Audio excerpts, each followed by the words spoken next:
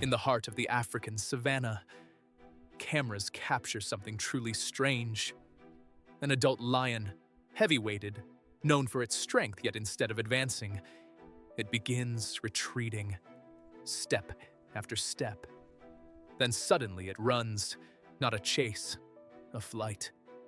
The sound is high-pitched, rapid movement.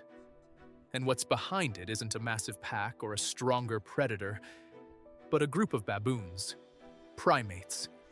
The scene appears simple on the surface, but when analyzed, it shatters one of the most fundamental rules of life in the wild. The apex predator doesn't flee like this. Yet recordings from wildlife reserves in southern Africa have documented this behavior multiple times. This isn't a rare incident, it's a pattern.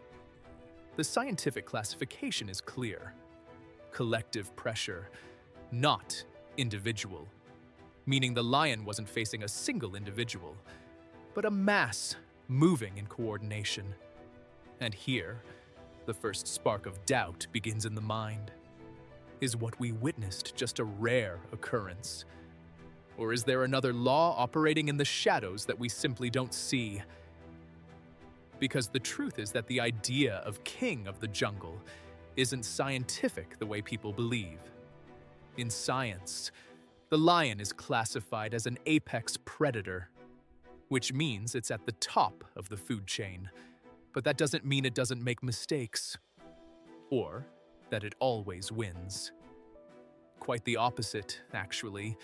Behavioral studies show that large predators think carefully before any confrontation, calculating gains and losses with precision.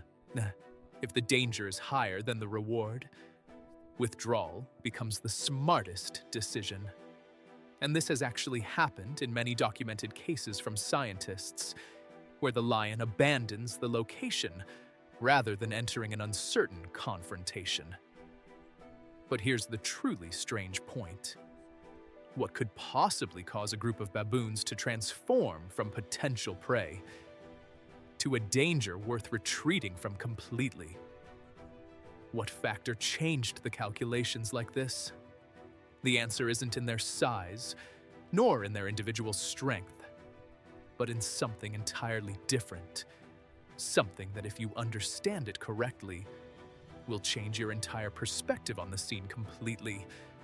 The baboon appears as an ordinary creature on the surface, relatively small in size. No terrifying fangs like lions, and no striking force that intimidates. But when you view it as an integrated system, the picture changes radically. The group can reach dozens of individuals in reality, and each member isn't isolated alone, but an actual part of a continuous surveillance network. Every single moment, there are eyes watching, ears listening, and readiness to act. Studies on social primate behavior confirm that large groups dramatically reduce chances of surprise, because danger is spotted far too early before any attack. And most importantly, the baboon doesn't produce random sounds ever. Each call has specific meaning. Every movement has a precise response. So the moment the lion appears in the visual field, the entire group knows the situation within seconds. And here's the exact turning point.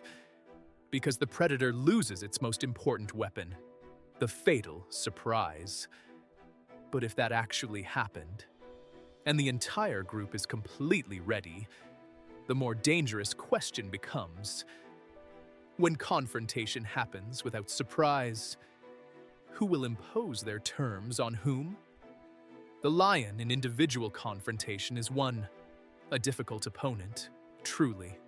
A massively huge body, thick, defined muscles, a jaw capable of closing with tremendous force that shatters bones, and claws precisely made for direct combat. Field measurements from reserves show that body length can reach about 2.5 meters without the tail, weight exceeding 180 kilograms on average, with rapid acceleration in the first seconds of attack. Precise biomechanics studies from University of Pretoria indicate that large predators rely on the decisive strike, a single, crucial moment, a very short time frame that determines everything. If the strike succeeds at a high rate, the confrontation ends immediately, completely, and if it fails, the psychological and physical cost escalates rapidly. And this puts us before a vital point. The lion's strength is real and highly effective, but specifically designed for a certain type of combat. Extremely fast combat, ambush-based, against prey moving in expected and obvious ways. But if the target wasn't expected at all, or wasn't placed in this situation in the first place because of prior alertness, does this strength remain equally effective as before, or does it begin losing its advantage as time and mounting pressure continue? Here, the baboon doesn't enter battle by traditional rules.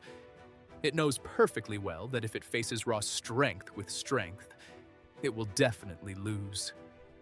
So it changes the rules from the very beginning. Instead of waiting for the attack and reacting, it begins working beforehand, consciously. Continuous monitoring all the time, deliberate different sound signals, and immediate group response. All make the surprise moment virtually impossible. Completely. And more importantly than anything else, the movement itself isn't random or chaotic.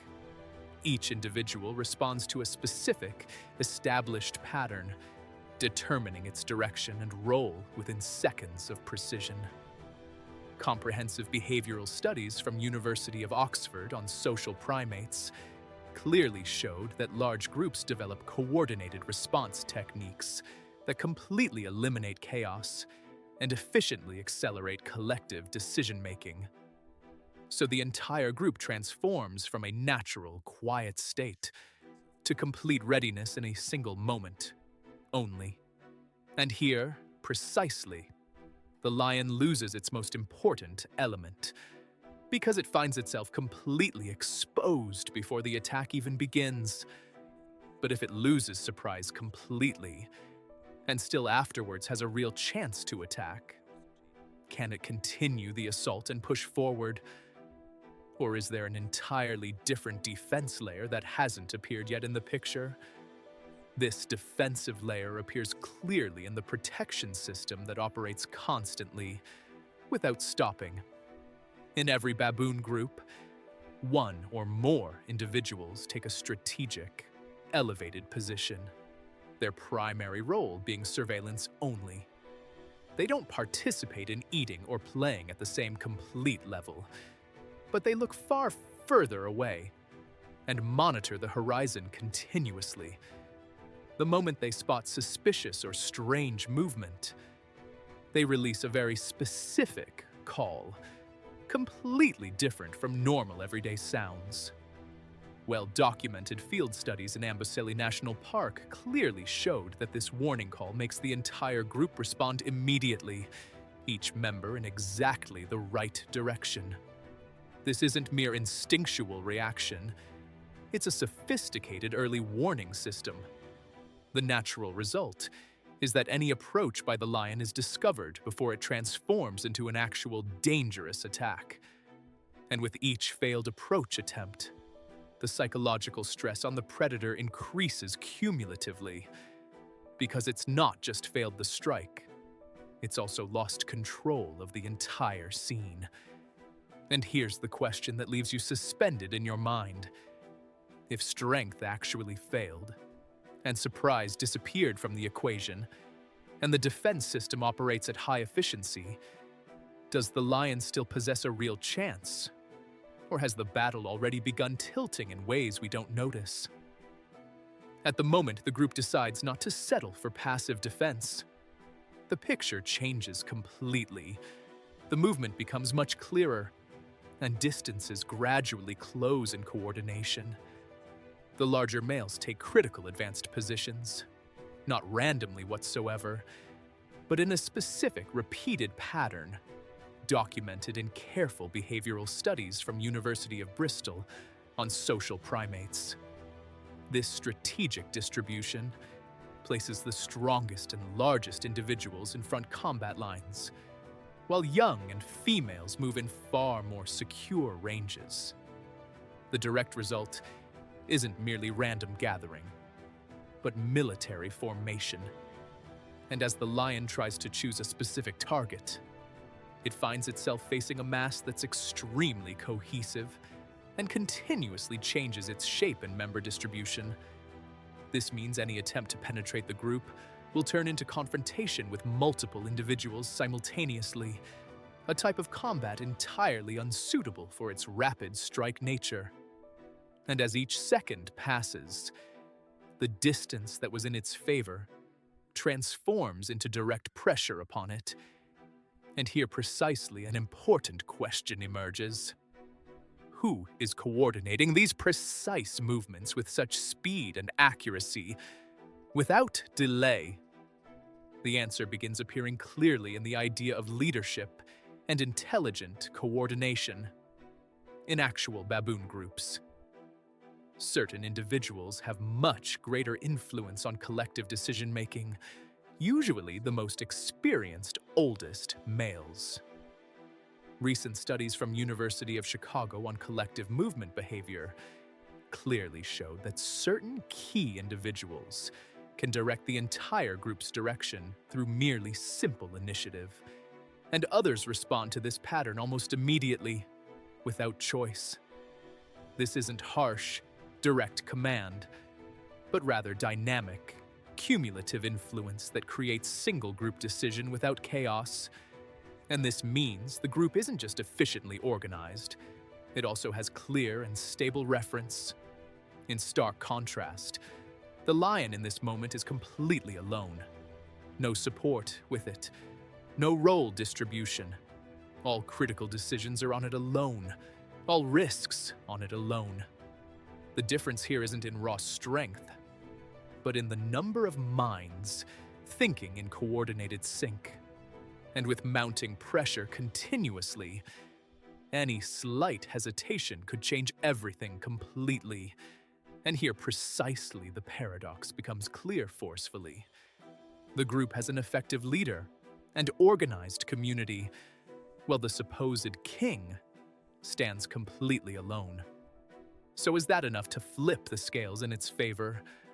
When we look at the broader and more complete picture, we find that the real challenge isn't just in the confrontation itself, but in the performance record before confrontation.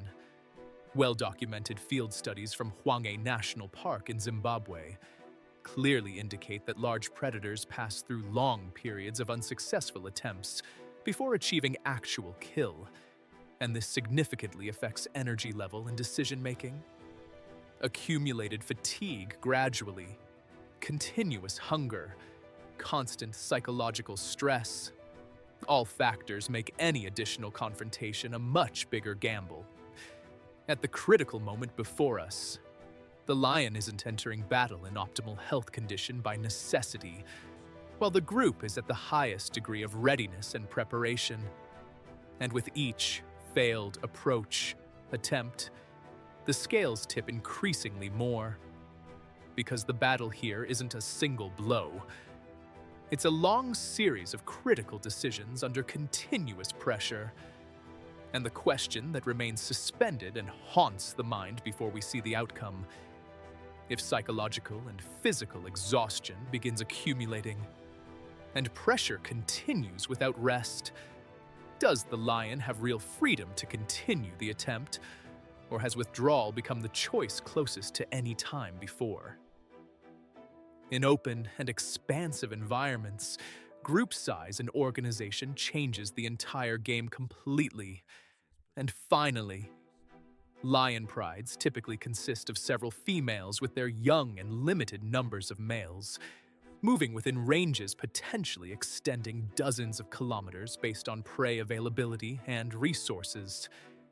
In direct contrast, a baboon troop can easily contain dozens of individuals and move as almost perpetually a single unit, with organized daily movement between feeding areas and elevated safe sleeping points.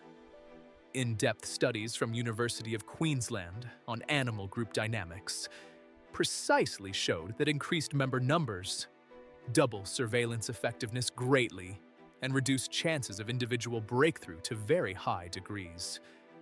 The crucial point here isn't just strength against strength in direct form, but rather organized, intelligent mass against individual, physically strong being. And the more tightly space closes, and the more individuals approach each other, the increasingly difficult it becomes for any predator to choose single target and isolate it from protection. The real question that emerges here: when organization, numbers, and coordination itself become real powerful weapon, can the lion effectively deal with battle against entire organized group instead of single individual? If we carefully examine age and natural life cycle, we find another crucial factor, adding genuine deep layer of complexity. Lions in the wild have relatively shorter lifespans by much, and their lives are full of continuous control struggles that drain energy and resources while reducing psychological stability. Baboons, in clear contrast, can live much longer, and this provides genuine opportunity for actual experience accumulation within the group across years and decades. Older, most experienced members of the group remain living storage of knowledge, safe escape routes, proper movement timing, and best secure locations. Well-documented scientific studies from Kyoto University on knowledge transfer in primates clearly showed that these behaviors and strategies transfer through direct observation and conscious imitation, creating genuine, collective memory that continues across time and generations.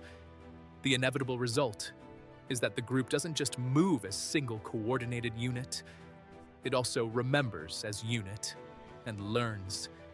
And with each new generation, efficiency improves and evolution continues. And here the most dangerous and profound question raises itself powerfully. If experience and accumulated knowledge itself becomes powerful, effective weapon, is this confrontation even fair from the start? And when we enter into diet system, ecological role, and environmental future, the picture becomes much more complete and increasingly clearer and more profound. The lion is highly specialized predator, depending on specific prey types and needing suitable opportunities to succeed at hunting. The baboon, in complete contrast, is wonderfully adapted creature with diverse diet between plants, insects, and sometimes other small protein sources.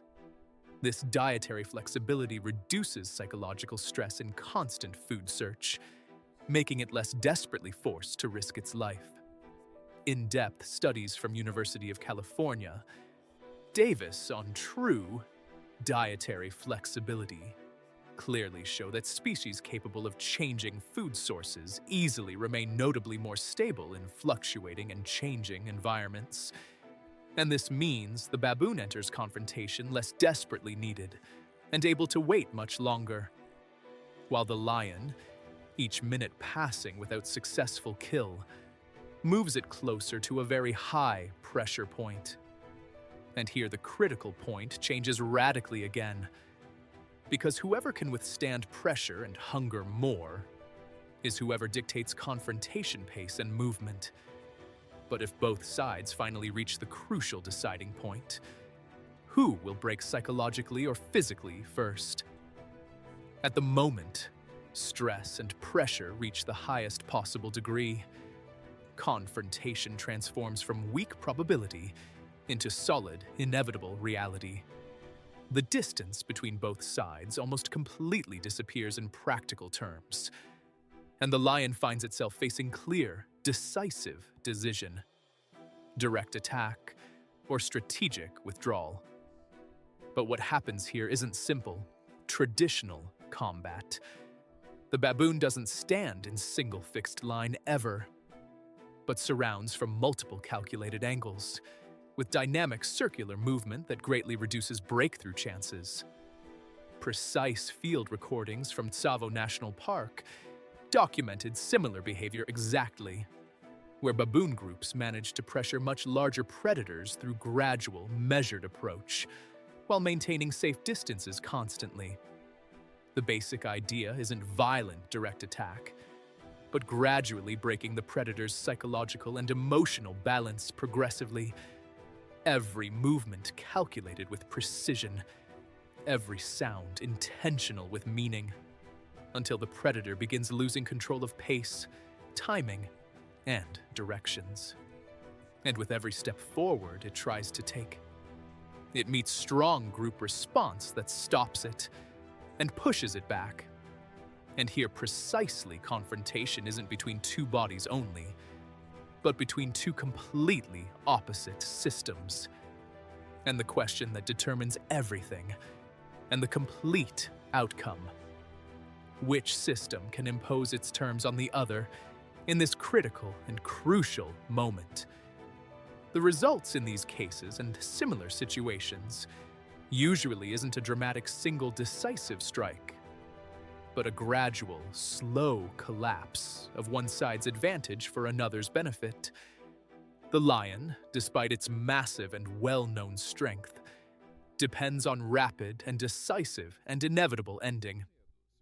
But under continuous and mounting pressure, and with absence of clear, actual opportunity for effective attack, the decision gradually begins changing from inside the brain.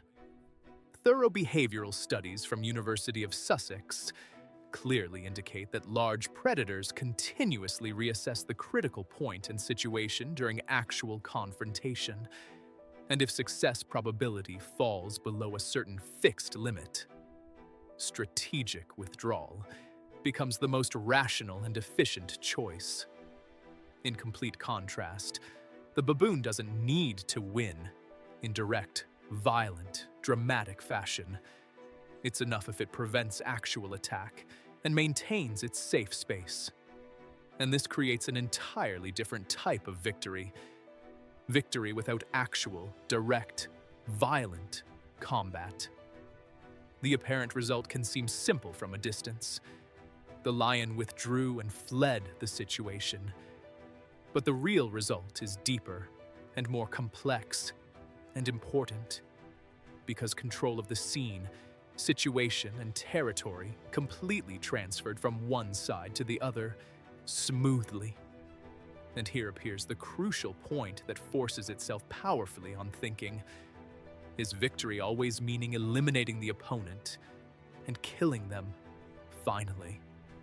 Or can it be merely imposing a new reality on the ground without killing? In the true ending, this story isn't about lion and baboon only, but about the concept of strength itself and its definition, and remaking it. Throughout long natural history, strength was connected to size, physical ability, and large muscles.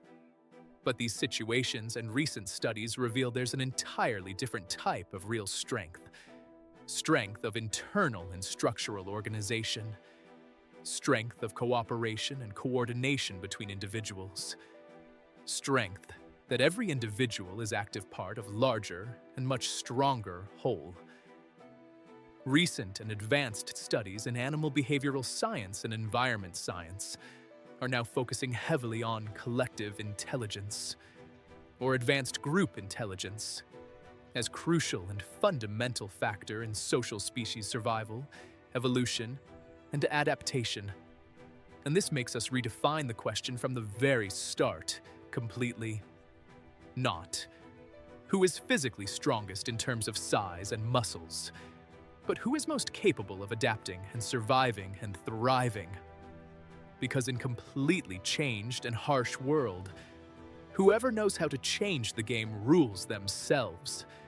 That's who wins in the true ending. But after everything we've seen, and after the old and false picture shattered completely, the last question that remains in your mind and stays with you constantly if strength alone absolutely isn't enough, and organization and collective mind is what finally determined the real battle, then truly in reality, who is the real king?